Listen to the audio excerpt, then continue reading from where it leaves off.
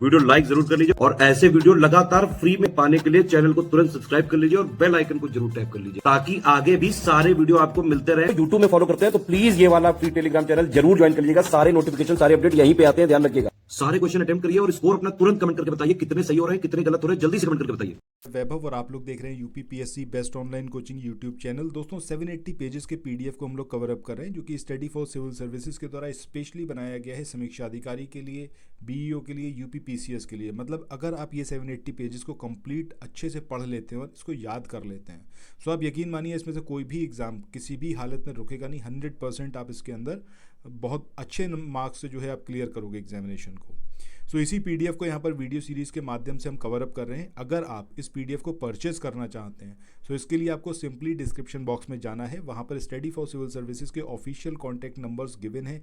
किसी भी नंबर पर आप कॉल करके संपर्क कर सकते हैं, इस पीडीएफ की डिमांड कर सकते हैं। ऑफिशियल नंबर पर जब आप कॉल करोगे तो वहाँ पर आपको बताया जाएगा कि इसकी फ़ीस क्या रहेगी और किस तरीके से आप इसको परचेज कर सकते हैं। ठीक है, बहरहाल फ्री में अगर कवर अप करना है तो वीडियो सीरीज़ के माध्यम से आप कवर अप कर सकते हैं। सो आइए शुरू करते हैं आज के अपने सेशन को। अब सबसे पहले हम यहाँ पर बात करते हैं एक प्रायद्वीप की। प्रायद्वीप का नाम क्या है आपका? स्कैंडिनेवियाई प्रायद्वीप। अब ये प्रायद्वीप मतलब ये पूरा पेनिनसुलर जो पार्ट है इसके अंदर कौन कौन सी जो कंट्रीज़ हैं उसकी पार्ट या फिर हम कहें तो उसकी भूमि इसके अंदर शामिल है।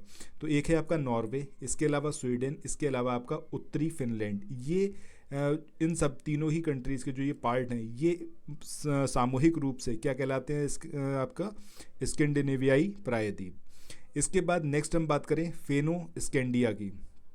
अब ये जो फेनो स्कैंडिया है सो ऑब्वियसली बात है कुछ ना कुछ ऐसी समानता होगी जिसकी वजह से एक पर्टिकुलर एरिया को एक नाम दिया गया है। सो यहाँ पर अगर हम बात करें फेनो स्कैंडिनेविया की तो इसके अंदर आपको वो क्षेत्र मिलेंगे जो कि आपके स्कैंडिनेवियाई और कोला प्रायद्वीप इसके अंदर सम्मिलित है, उसके पार्ट इसमें है। इसके अलावा फिनलैंड और उत्तर पश्चिमी रशिया इसका भी एक छोटा सा पार्ट इसके अंदर शामिल है। सो इन दोनों में अगर हम डिफरेंस की बात करें तो ये जो फेनो स्कैंडिनेविया है इसके अंदर आपको रशिया का पार्ट भी देखने को मिलेगा। इसके अलावा आपको कोला प्रायद्वीप का एरिया भी इसके अंदर देखने को मिलेगा। जबकि हम स्कैंडिनेवियाई प्रायद्वीप की बात करें तो इसमें नॉर्वे, स्वीडन और फिनलैंड का पार्ट देखने को मिलेगा। इसके बाद नॉर्डिक नेशंस की बात करें। नॉर्डिक नेशंस का मतलब क्या है कि भौगोलिक रूप से और सांस्कृतिक रूप से वो क्षेत्र जो समान है उनको एक साथ जब हम इंक्लूड करते हैं तब नॉर्डिक नेशंस ये कहलाता है। अब ये जो शब्द है इस शब्द में Denmark, Finland, Iceland, Norway, Sweden इसके साथ साथ आइसलैंड और ग्रीनलैंड ये भी इसके अंदर शामिल है। ठीक है, सो इन ऑल अगर हम बात करें तो Denmark, Finland, Iceland, Norway, Sweden और डेनमार्क ये इसके अंदर शामिल हैं।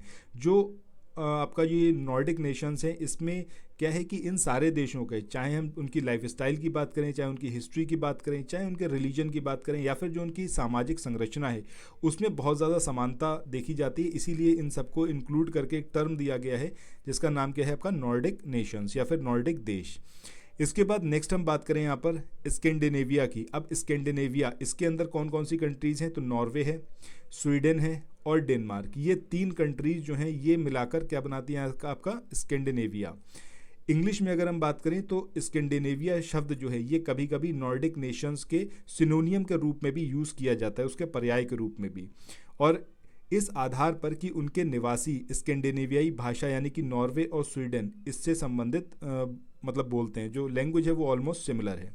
सो ये चारों ही आपको एज इट इज़ पता होने चाहिए, आपको इनके बीच में डिफरेंस भी पता होना चाहिए। अभी जो मैंने यहाँ पर आपको बताया कि जब हम स्कैंडिनेवियाई प्रायद्वीप की बात करें और फेनो स्कैंडिनेविया की बात करें तो दोनों में डिफरेंस क्या है? एक में आपका यहाँ पर जो है कोला प्रायद्वीप ये इसके अंदर इंक्लूडेड है जब हम फेनो स्कैंडिया की बात कर रहे हैं, और इसमें फिनलैंड और उत्तर पश्चिमी रशिया मतलब रशिया वाला पार्ट और कोला प्रायद्वीप ये जब इंक्लूड हो जाते हैं तब ये आपका फेनो स्कैंडिया कहलाता है। जब हम स्कैंडिनेवियाई प्रायद्वीप की बात करेंगे तो इसमें नॉर्वे, स्वीडन और फिनलैंड के पार्ट रहेंगे। चलो आगे मूव ऑन करते हैं। अब अक्सर आपने एक चीज़ सुनी होगी सोवियत संघ या फिर यूएसएसआर। अब जब यूएसएसआर ये टुकड़ों में डिवाइड हुआ उसके बाद बहुत सारी कंट्रीज़ बनी, तो यहाँ पर जो हमारा नेक्स्ट टॉपिक है इसी के बारे में है कि जब हम यूरोपीय देश जो किसी टाइम पर यूएसएसआर का हिस्सा थे वो कौन कौन से हैं। सो इसमें सबसे पहला आपका बाल्टिक नेशंस का मतलब क्या हो गया आपका? एस्टोनिया, इसके अलावा लातविया और लिथुआनिया, ये तीनों किस में शामिल थे एक टाइम पर? यूएसएसआर में। पूर्वी यूरोप जिसमें आपका बेलारूस, मोल्डोवा, यूक्रेन और रशिया, ये इसके अंदर इंक्लूडेड थे। अभी आप देखते हैं कि रशिया जो है यूक्रेन के बहुत सारे हिस्से पर अपना कब्जा या फिर हम कहें तो अपना अधिकार समझता है। जिस तरीके से इधर इंडिया में हम देखें तो हमारा अरुणाचल प्रदेश वाला जो हिस्सा है उसमें चाइना हमेशा इस बात को बोलता है कि ये हमारा ही पार्ट है, पूरे अरुणाचल प्रदेश को वो अपना हिस्सा मानता है। ये तो खैर यहाँ पर ज़बरदस्ती वाली बात है, बट ये जो यूएसएसआर के पार्ट हैं ये सारी कंट्रीज़ हैं, ठीक है। इसके अलावा 3 जो बाल्टिक राज्य हैं ये 1990 में यूएसएसआर से अपनी स्वतंत्रता की घोषणा करने वाले पहले राज्य बने थे। कौन कौन से 3 बाल्टिक राज्य, जिसमें आपका एस्टोनिया है, लातविया है और लिथुआनिया है। इसके बाद बाल्कन नेशंस की बात करें। अब बाल्कन, ये बाल्कन प्रायद्वीप के अंदर जो पड़ते हैं, इसमें आमतौर पर आपका अल्बानिया, इसके अलावा Bosnia Herzegovina, Bulgaria, Croatia, Kosovo, Montenegro और उत्तरी मैसेडोनिया, इसके अलावा रोमानिया, सर्बिया और स्लोवेनिया, ये सारी कंट्रीज़ किसके अंदर शामिल हैं, आपके बाल्कन या फिर इनको मतलब बाल्कन प्रायद्वीप, ठीक है। इसमें मोल्डोवा, रोमानिया, टर्की, ग्रीस, इसके कुछ हिस्से भी अक्सर जो है आपका बाल्कन में शामिल किए जाते हैं। इसके बाद अगला जो हमारा टॉपिक है ये आपका तुर्की जलडमरू मध्य। अब ये जो तुर्की जलडमरू मध्य है ये आपका एशियन और भूमध्य सागर को किससे जोड़ता है, ब्लैक सी यानी कि काला सागर से जोड़ता है। जो आप यहाँ पर देख रहे हो मैप में, तो ये किस किस को जोड़ रहा है, एक आपका एशियन है और दूसरा आपका मेडिटेरियन सी है। इसको किससे जोड़ता है, ये आपका ब्लैक सी से, ठीक है। और इसमें डार्डनेल्स और बॉस्फोरस ये भी शामिल हैं तुर्की जलडमरू मध्य में। इसके बाद नेक्स्ट यहाँ पर बात करते हैं ग्रेट यूरोपीय मैदान की। तो आगे चले नेक्स्ट क्वेश्चन को देखें। इससे पहले कुछ एक इन्फॉर्मेशन है आप लोगों के लिए जो बहुत इंपॉर्टेंट है। अगर आप लोग उत्तर प्रदेश पीसीएस की तैयारी कर रहे हैं, आप आरओ की तैयारी करना चाहते हैं, बीईओ की तैयारी करना चाहते हैं, इन तीनों एग्जाम की अगर आप तैयारी करने चाहते हैं तो स्टडी फॉर सिविल सर्विसेज के कोर्सेज को आप ज्वाइन कर सकते हैं कंप्लीट तैयारी के लिए। ये वन स्टॉप डेस्टिनेशन है, यहाँ पर आपको सब कुछ मिलेगा, जिसमें स्टडी मटेरियल रहेगा, टेस्ट सीरीज रहेंगी, पेड क्विज रहेंगी, सब कुछ आपको एक ही जगह पर मिलेगा। और ये सब कुछ सफिशिएंट होगा आपके एग्जाम को क्रैक करने के लिए, एग्जाम को निकालने के लिए। लेटेस्ट ग्रुप स्टार्ट हो चुके हैं और उन ग्रुप में आपको एडमिशन लेने के लिए सिंपली जो ये नंबर मैं आपकी स्क्रीन पर लिख रहा हूँ, इन नंबर्स पर आप कॉल कर सकते हैं। 8564880530 इस नंबर पर आप संपर्क कर सकते हैं। इसके अलावा 9696066089 इस नंबर पर कांटेक्ट कर सकते हैं, या फिर आप 7523864455 इन तीनों में से किसी भी नंबर पर कॉल करके आप हमसे संपर्क कर सकते हैं और ये लेटेस्ट ग्रुप जो है इसमें आप एडमिशन ले सकते हैं। इसके बाद अगले टॉपिक की बात करते हैं, ये आपका ग्रेट यूरोपीय मैदान। अब जैसे इसके नाम से पता चल रहा है ये एक मैदान की बात हो रही है जो यूरोप का है, ठीक है। इसका मतलब क्या हो गया कि इसके अंदर जो पहाड़ी क्षेत्र हैं वो इसके अंदर शामिल नहीं होंगे, मतलब जो बड़े पर्वत हैं वो इसके अंदर शामिल नहीं होंगे। वही चीज़ यहाँ पर कही गई है कि यूरोपीय मैदान या फिर महान यूरोपीय मैदान यूरोप में सबसे बड़े पर्वत मुक्त भू आकृति है, यानी कि पर्वत यहाँ पर नहीं है।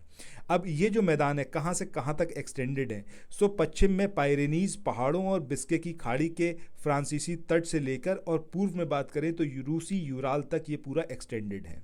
इसके बाद नेक्स्ट हम बात करते हैं, ये है आपका पैनोनियन बेसिन की बात हो रही है, ठीक है। तो ये जो आपका पैनोनियन बेसिन है ये कार्पेथियन और ट्रांसिल्वेनियन एल्प से घिरा हुआ क्षेत्र है और ये अधिकांश बेसिन में ग्रेट हंगरी के मैदान शामिल हैं, ठीक है।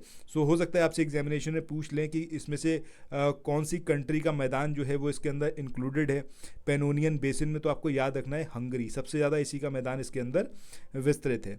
इसके बाद डेन्यूब नदी ये बेसिन को मोटे तौर पर आधे हिस्से में डिवाइड कर रही है, ठीक है। चलिए आगे बढ़ते हैं नेक्स्ट पॉइंट पर। इसके बाद नेक्स्ट जो हमारा ये टॉपिक है इसमें बात हो रही है इबेरियन प्रायद्वीप की। अब ये कौन कौन से कंट्रीज़ इसके अंदर शामिल हैं, उनका एरिया शामिल है, तो स्पेन और पुर्तगाल। इसके साथ साथ जो साउथ फ्रांस है उसका भी एक छोटा सा क्षेत्र, इसके अलावा अंडोरा की रियासत और जिब्राल्टर का जो ब्रिटिश विदेशी क्षेत्र है वो सब किसके अंदर इंक्लूडेड है, इबेरियन प्रायद्वीप के। इसके बाद जिब्राल्टर की बात करें तो 1704 में एंग्लो डच सेनाओं ने फ्रांस से जिब्राल्टर पर कब्जा कर लिया था। चलो इसके बाद नेक्स्ट इसमें पॉइंट जो दिया हुआ है जिब्राल्टर के बारे में वो क्या है आपका, कि जिब्राल्टर की संप्रभुता एंग्लो स्पेनिश संबंधों में विवाद का एक कारण है। 2002 में हुए महत्वपूर्ण जनमत संग्रह में जिब्राल्टर निवासियों ने स्पेनिश संप्रभुता के प्रस्तावों को खारिज कर दिया था।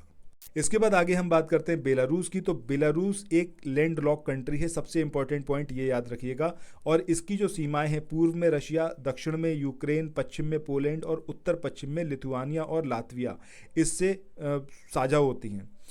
इसकी कैपिटल की बात करें तो मिन्स्क इसकी कैपिटल है बेलारूस की, ज़रूर याद रखिएगा। और ये जो है 1991 में यूएसएसआर से अलग हुआ था।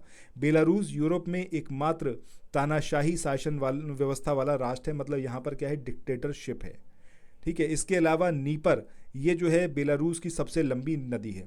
सो ये सारे पॉइंट हमें बेलारूस के बारे में याद रखने हैं। इसकी कैपिटल मिन्स्क है, सबसे बड़ी या फिर सबसे लंबी नदी की बात करें तो नीपर रिवर सबसे लंबी है यहाँ पर। और ये एक टाइम पर यूएसएसआर का पार्ट हुआ करता था। आज की डेट में यहाँ पर डिक्टेटरशिप है, मतलब लोकतंत्र यहाँ पर नहीं है। 1991 में ये यूएसएसआर से अलग हुआ था। इसकी सीमाएं रशिया से मिलती हैं, यूक्रेन से मिलती हैं, पोलैंड से मिलती हैं, लिथुआनिया और लातविया से भी मिलती हैं। और ये कंप्लीट एक लैंडलॉक कंट्री है। दैट मीन्स इसका कोई भी भाग या फिर इसकी कुछ सीमाएं हैं कहीं भी किसी वाटर बॉडी से। नेक्स्ट यहाँ पर हम बात करते हैं यूनाइटेड किंगडम की। तो जब हम यूनाइटेड किंगडम की बात कर रहे हैं, दैट मीन्स हम बात कर रहे हैं कि ग्रेट ब्रिटेन और आयरलैंड दोनों को इसमें हम लोग इंक्लूड कर रहे हैं, तब हम क्या बना रहे हैं, यूनाइटेड किंगडम, ठीक है। इस चीज़ को यहाँ पर याद रखिएगा कि यूनाइटेड किंगडम के अंदर कौन कौन शामिल है। सो ये है आपका ग्रेट ब्रिटेन और आयरलैंड। अब यहाँ पर हम बात करें कि कब ये बना, तो 1801 में जब ब्रिटेन के साम्राज्य ने आयरलैंड के साम्राज्य के साथ एक पॉलिटिकल यूनियन यहाँ पर बनाया, तो उसके बाद जो है ग्रेट ब्रिटेन और आयरलैंड को क्या बोला गया, यूनाइटेड किंगडम, ठीक है। 1921 की बात करें तो आयरिश स्वतंत्रता संग्राम के बाद उत्तरी आयरलैंड बनाने के लिए आयरलैंड का विभाजन किया गया था। आयरिश मुक्त राज्य बनाया गया और उत्तरी आयरलैंड ये यूनाइटेड किंगडम का हिस्सा बना रहा। मतलब आयरिश मुक्त राज्य भी बना और उसके अलावा जो पार्ट बचा नॉर्थ आयरलैंड का, वो और मतलब वो जो था वो पार्ट बना रहा किसका, यूके का। इसके बाद यहाँ पर ये वाला पॉइंट भी देख लेते हैं कि 1707 में स्कॉटलैंड के साम्राज्य ने ग्रेट ब्रिटेन के नए साम्राज्य के निर्माण के लिए इंग्लैंड के साम्राज्य के साथ एक राजनीतिक संघ में प्रवेश किया था। सो दोस्तों, इसी के साथ अब आज के इस वाले सेशन को यहाँ पर एंड करते हैं और फिर मिलते हैं अगले वीडियो में। तब तक मैं आपको यही बोलूँगा कि प्रीवियस वीडियोस में जाकर, मतलब प्लेलिस्ट में जाकर प्रीवियस वीडियोस देखिएगा। बाकी अगर आप परचेस करना चाहें इस पीडीएफ को तो आप simply study for civil services के ऑफिशियल कॉन्टैक्ट नंबर्स पर बात कर सकते हैं और उनसे डिमांड कर सकते हैं इस पीडीएफ की। So thank you so much, have a nice day, bye bye.